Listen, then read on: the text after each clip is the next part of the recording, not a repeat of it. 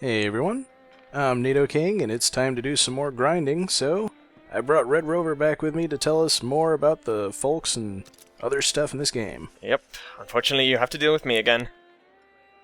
Yeah, I wanted to see if maybe I was able to redo one of the previous quests, but I'm not. So we're gonna go straight to the downloaded quest. Pretty much the same thing that we got from Bell Guy as Keats, just some timed fights with interesting conditions. Everyone loves timed fights. Everyone except me. Well, you know, we can't all be excellent at timed fights.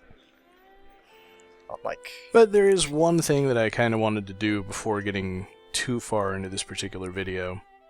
Because the DLC not only contains quests and a couple of unique folks, but it also contains some extra costumes. They're no different from the ones that are provided in the game, they just look different, so this is the alternate cloak for the Cloak of She. How festive. Yeah, I believe this one comes with a free Christmas DLC. I'm surprised the game even had Christmas DLC. Yeah, there's actually a Christmas-themed folk. Oh, lovely. It's Slash Elemental. That's not what I was expecting. Well, we'll be seeing that a bit later. Ah, Scarecrow. I still like Scarecrow. Him and his lantern. Still a bit weird, but you know, whatever. No, I don't know a whole lot of legends about scarecrows other than the Wizard of Oz. Not sure there are many legends about scarecrows outside of the Wizard of Oz. It's all, you know, your standard bog fare, oh, by the way, that scarecrow is alive, sort of thing. Nothing especially fantastic. Alright, so I guess to talk about some of the things that do have legends behind them, we kind of missed Hinkypunk last time. Oh, yes we did. I was very remiss. Alright then, Hinkypunk. Okay. Hinkypunk, oddly enough, is just a very strange name for a willow of... a will-o'-the-wisp, if you want to call it that. There's a lot of different names for that. You can, you know, St. Elmo's fire, can be more scientific. It's swamp gas, basically. You know the deal. Everyone these days knows about will-o'-the-wisp. Or foxfire, which is one of my, you know, favorite words for it. I always like the idea of it, you know. It's just a nice word, but okay.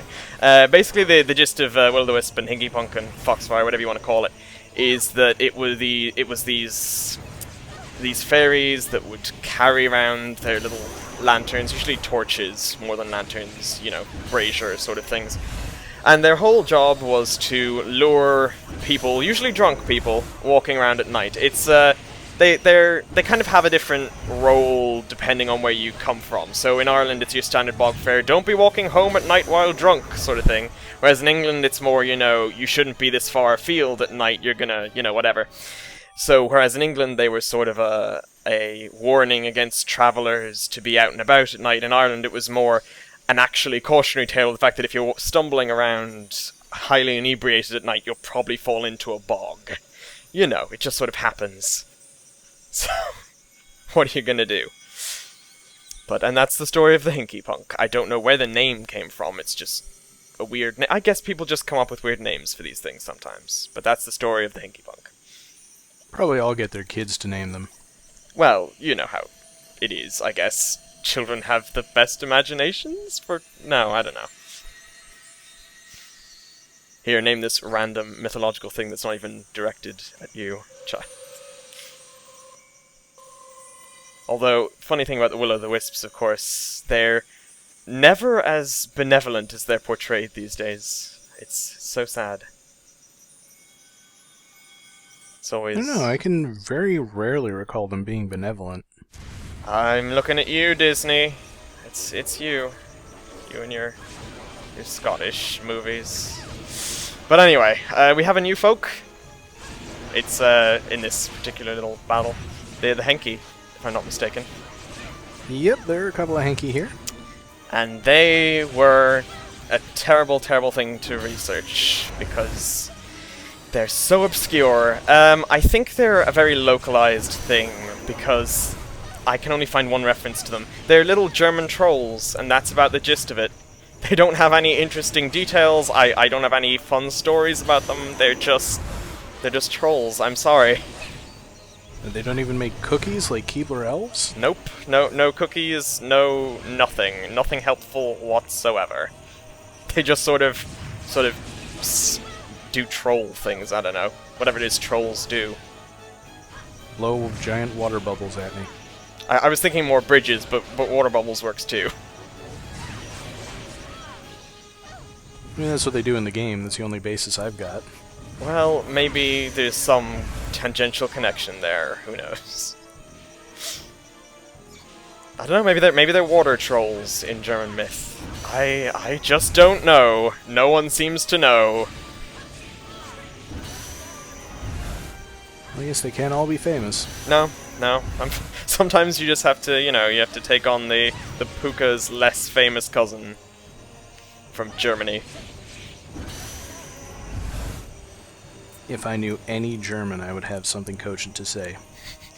I don't know any German either, so I think we're at an impasse. Well, that's not entirely true. I do know how to say excuse me, so that's something. What, there's a word for excuse me in German? I think that's what it controversial statement! Oh, that almost went completely over my head and I made a fool of myself, oh no!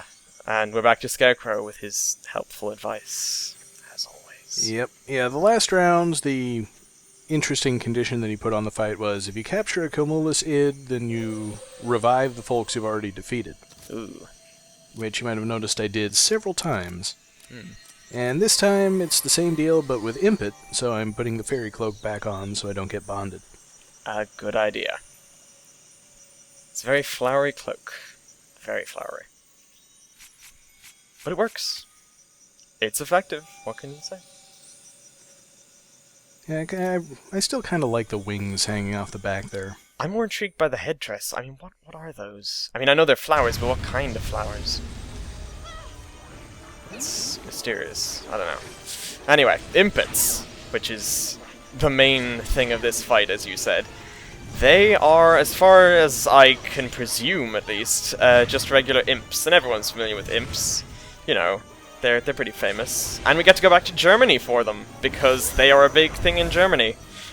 They are kind of vaguely related to gargoyles. If you've been to Germany, you might have seen old buildings would have little sinister-looking figures in various alcoves and stuff, and those are imps. They're basically... The basic idea of an imp is that it's either a malevolent spirit, or it's a thing to ward off malevolent spirits. It depends on where you come from. So that's the kind of little interesting detail about imps. But most of the time, they're either mischievous or outright out to get you, so probably best to avoid them if you can at all do so. Or wear a fairy cloak, I guess. That would also help.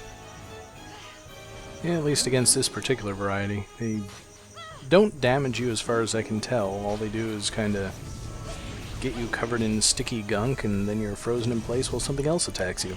It's pretty gross. I'm just going to put that out there. But, not pleasant, admittedly. Nothing especially connecting them to weird gunk, though, so I don't know where they got that from. Well, I'm sure they took a lot of liberties with what the actual folks do, for the most part, just to fit within the game mechanics. I suppose they'd have to. You'd run out of stuff pretty quickly. Got a mechanic that covers Ellen in sticky goo, so how many different folks can you possibly come up with that would do that? At least two. At least two. I'm not sure I want to know. Yeah, that could lead to some very, very slippery slopes. Yep. Or I thought I was done. There's another Ogma sitting over there, and I've got 2 seconds to kill it. Oh, yeah, that didn't go so well. Yeah, it was pretty much my best attempt. Oh, well. At least you still get a, consolation prize.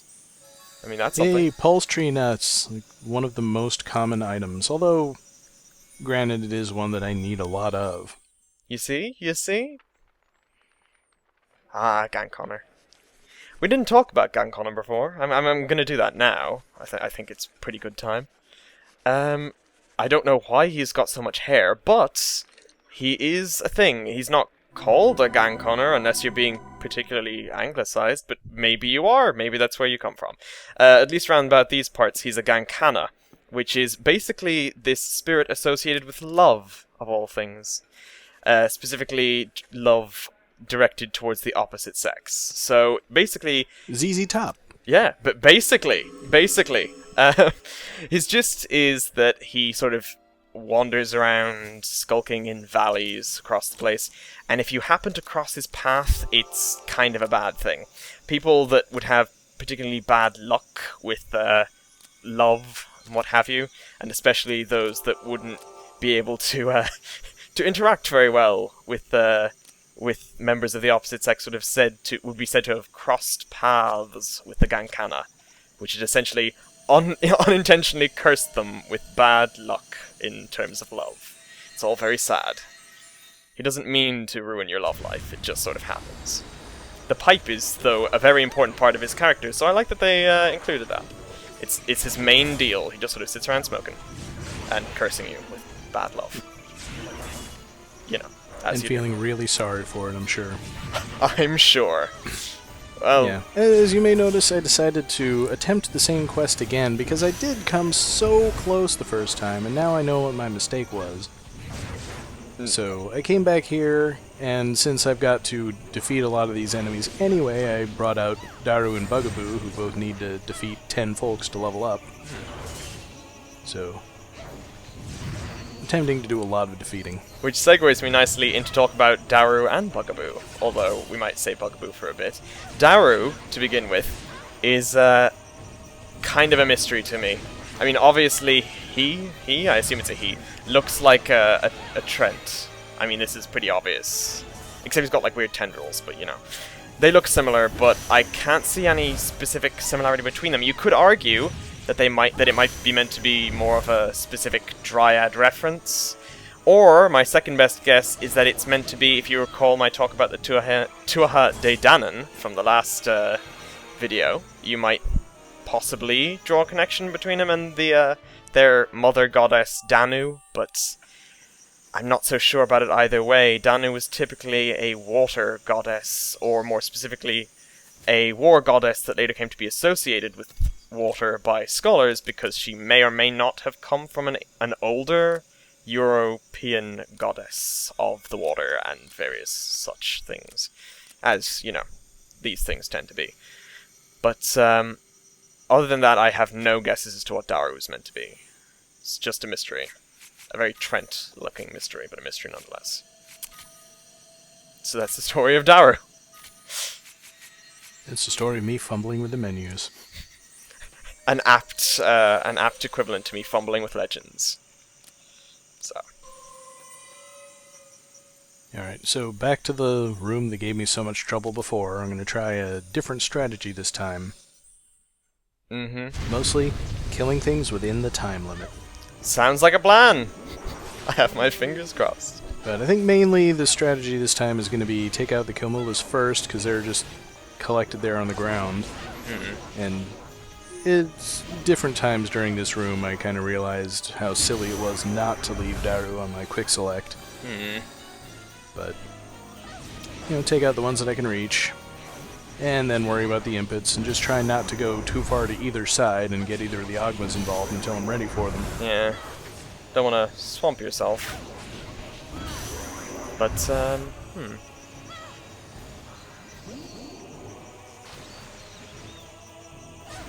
Getting a lot of use of that hanky there. Yeah, well, it's the only thing I know of that'll actually bring down an input. I suppose that makes it invaluable in this fight. Which is I've considered awkward. Trying the Barghest, but I don't know if it reaches that high. I'm assuming Bugaboo doesn't. Yeah, I'm pretty sure it doesn't. And if it does, it'd have to be directly overhead. Yeah.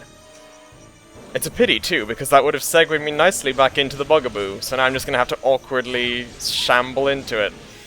The Bugaboo is basically a boogeyman, or however the hell you're supposed to pronounce that. I've always been bad at pronouncing boogeyman. Basically... Yeah, I've always said boogeyman, but... Yeah, it's a weird word.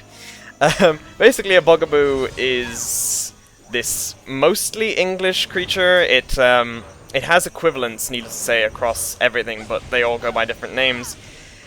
It almost certainly has has its roots in a very specific word, which I can't actually pronounce because I believe it's Scottish, and I'm not very good at pronouncing Scottish things, so I'll have to apologize for this. But basically, it's a word that has its own equivalents in every single one of the languages of the area, and basically means something that's scary. And that's where it's the same root of the word bogeyman, so there you go. And there's not much else to say. I mean, you all know what a bogeyman is. It's a scary thing. It kind of explains itself.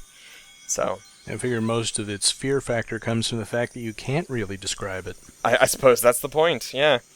But obviously it's associated. I think a lot of kids would be disappointed if they found out that it was just this spiny thing. I suppose they would. I imagine a lot of parents would be disappointed that it wasn't much to be warning their children against, too, because that was its main deal. It's not exactly very scary. Not really doing its job. Yep, so I'm going to change back to the original Cloak of She just for this final challenge. I hope that was a good idea. Guess what the final challenge is? Oh joy! About a dozen impets. And a boobrie. And 2 Ogma. Well, you know, can't have to put up a challenge for you. Yeah, they had to do something to make it difficult to get the actual reward for this one. But here you get to see what it looks like when Ellen gets bonded. You'll get a better view of it in a bit. I bet it's gross. Not really. It looks pretty gross to me. But, let's move on to the boobrie, shall we? From Ellen's sticky situation. The boobrie is a Scottish water bird thing. It's actually kind of based on an actual bird, much like your standard rocks and thunderbirds based on the elephant bird. But in this case, it's based on an unusual type of Scottish pelicany duck thing. I'm not so great with birds, but it's a water bird, except really, really, really big. And it tends to steal cattle and other livestock from the unfortunate farmers of the Scottish Highlands, or, well, Scottish coastal Highlands, I suppose, if that's not an oxymoron. But, it's also sometimes thought of as an alternate form of the Ach Ishka, or what you might have heard of as an Auguski, which is basically a water horseman thing, which drags people into lakes and drowns them. Yeah, that'll be showing up in Chapter 3. Yes, and we'll talk about him plenty then, but bear in mind when you eventually see him that the boobrie is considered by some to be him, but transformed into a giant water bird that eats cows. And that's a colossal bird. Yes. Pretty extensive bird powers. I do hope. Okay, I think we're done with this quest. I think finished with that quest. I'm so glad. I was running out of things to talk about in terms of giant water birds. I don't know, just bringing up the fact that there's a bird big enough to eat cows, I think is probably going to be enough to carry a whole video. Fantastic. There's plenty yet to come, folks. Yeah, everybody come for the giant cow-eating bird. Stay for whatever the heck else is going on here. It's something, I'm sure. Where is Ellen even going at this point? I'm heading back to the Netherworld door.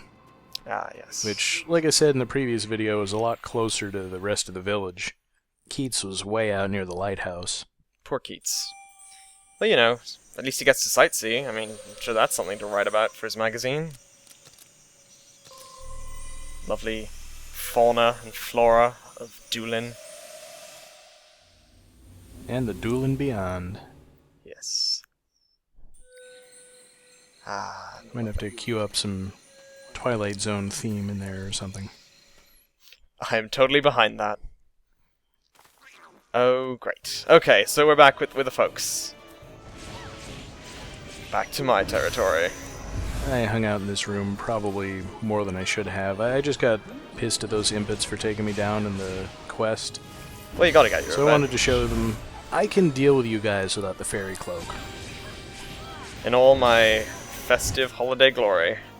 Yeah. Plus, I did get an extra cold tree nut from them. You know, I got 3 from one of the quests, and the impets drop cold tree nuts, so I managed to get enough to level up Hanky again.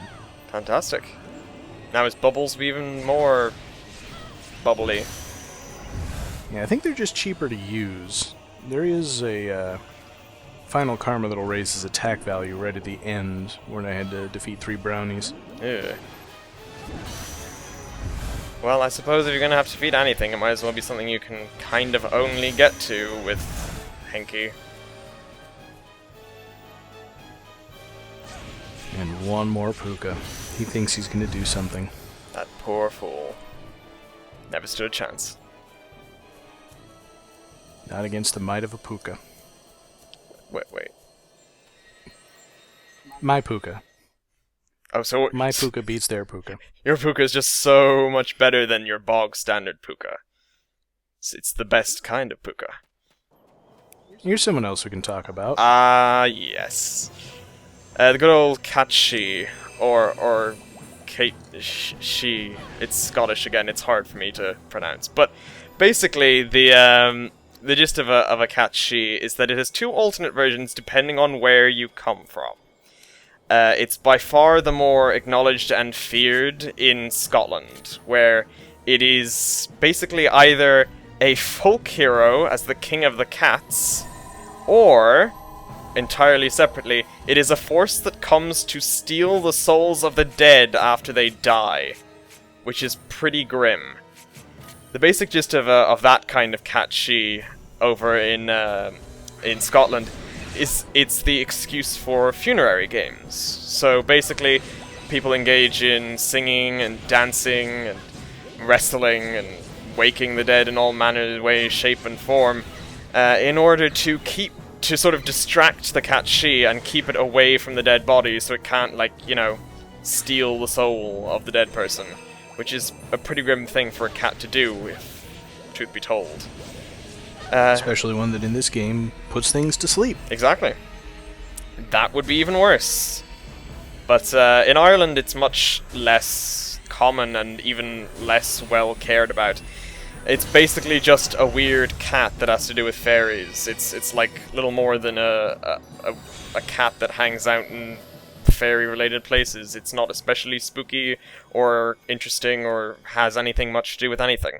But here it is called the Catshi, and over in Scotland it is more along the lines of the cat Sìth. I'm bad at Scottish, I say again. But the weird thing I always find about it in this game is that the name is a weird amalgam of the two. So, or amalgam to say things properly. But it's cat as in C-A-I-T, which is from the Scottish version, but then it's she as in from the Irish version. Whereas in the Irish version it's just C-A-T. It's weird that they'd combine the two like that, but I guess if you're going to do one or the other, you know, you might as well do both. And, of course, everyone's heard of the Catshi from, well, you know. Final Fantasy VII. Of course. And other places, I guess. I mean, I'm sure it turned up in other games, but no one else remembers those. Yeah, I can't think of any other appearances of it. But, yeah, here's where I started speeding everything up, because I've got to fight Boobrie 4 times and Bugaboo 5 times in the same video. Ugh. Pleasant. And there was just enough of interest in each fight to show them, but not enough to show them at normal, slow speed. Well, you know. And then there was one more karma to unlock with Boobrie after capturing 3 of them. Now I need to use 10 green dusts. Which, as far as I know, the Kilmulis drops green dust, but it's kinda rare. You know, up till this point I've got 3 of them. So I won't be hanging around during the duration of this video to capture that many of them. That would be a bit too much for our unfortunate viewers. And there's a very good place to grind for green dust that I haven't been to yet in this chapter. So I'll be taking care of that in the next video before fighting the Folklore, because Boobrie is going to be critical to getting that done. And here's the final one that I had to defeat. Fantastic. Yep, so moving on to the Bugaboo captures, which I got really tired of speeding things up the usual way and decided to speed up the process of fighting 4 bugaboos in a slightly different way, which you'll see in a few minutes. I'm looking forward to it. That poor thing, it's just asleep. No. Yeah, it's asleep, so I'm gonna put it to sleep, and then it wakes up. That doesn't make an awful lot of sense, but okay. Well, a couple times he's got a couple impets to guard him, so he's not completely defenseless. And he was so peaceful, too, until you came in with your terrifying soul-stealing cat to, I don't know, do whatever it is you're doing, putting him to sleep but not really succeeding. Well, I'll succeed eventually.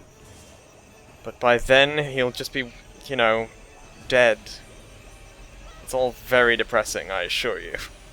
All of you, get in my inventory! Come on. No. Oh. I was hoping it would all happen at once. That would have been so much more stylistically interesting. Oh well. Yeah, but I kind of wanted to show that I got a warm tree nut from one of them. Well, that is important.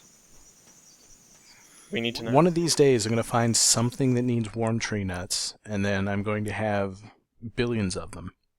It'll be the most powerful folk ever. Just stuffing its face with warm tree nuts. Oh, there was another one right here, too. Great. Just leave that poor one to rest. It doesn't need any of your sleep assistance. Yeah, it's going to take me a while to defeat Brownies. They keep dancing around. Well, you know, they don't like bubbles. Speaking of, the brownie, of course, everyone knows. It's a little house sprite fairy thing. It does not like being seen, so it'll tend to scurry around in the walls or you know, here and there. If you've ever heard of the story of the elves and the shoemaker, those are brownies. They basically wander around your house while you're asleep or in another room and do loads of handy little chores for you. They're essentially the polar opposite of the boggart, which does the precise opposite, hiding in your house and messing shit up when you leave, you know, when you're not around. So basically, if you want to not have to do any annoying chores like tidying up after you leave a room or, you know, cleaning up spilt milk or something, just, you know, convince a brownie to enter your house and then pay it every so often with food. Particularly porridge. They love porridge. And honey. Give it lots of honey. They love honey too. I kind of figured they'd like baked chocolate for some reason. Well, I suppose you could give them that too. I don't think they're that picky about what food you give them, so long as you feed them. Of course, that requires leaving food around the place, which kind of defeats the purpose of them tidying up the food, so I don't quite know what the logic is there. But never mind, you know. Don't question the brownies. Well, that's it. You put the food out, and then it tricks them into eating the food, which makes the place cleaner, and then they figure, well, might as well just finish the job. It's all very complicated, this brownie-human diplomacy. Ah, our old friend Barghest. Yeah, I'm just going to run past him without doing anything. Oh. And then he has to go and hit me in the back, so I figure I'm going to see if any of the status conditions I've got will have any effect on him. He's immune to bond. I see. I have my fingers crossed right now, but I'm not sure it's helping. Yep, just going to give sleep a try. See what happens. Yep, Oh. he's asleep. Oh. Nope, he's not asleep. Well, it was fun while it lasted. I have no idea why that caused that to happen. You know. But just one thing I have to do before I end the video. Oh. Because I'm not running around for the rest of the game looking like Santa Claus. Oh. You know, here I was looking forward to, you know, our season's greetings from the Folklore LP Christmas card. Yeah, I'll probably put on Keats's Christmas suit when we get to December. Fantastic. But for now, see you next time. Bye.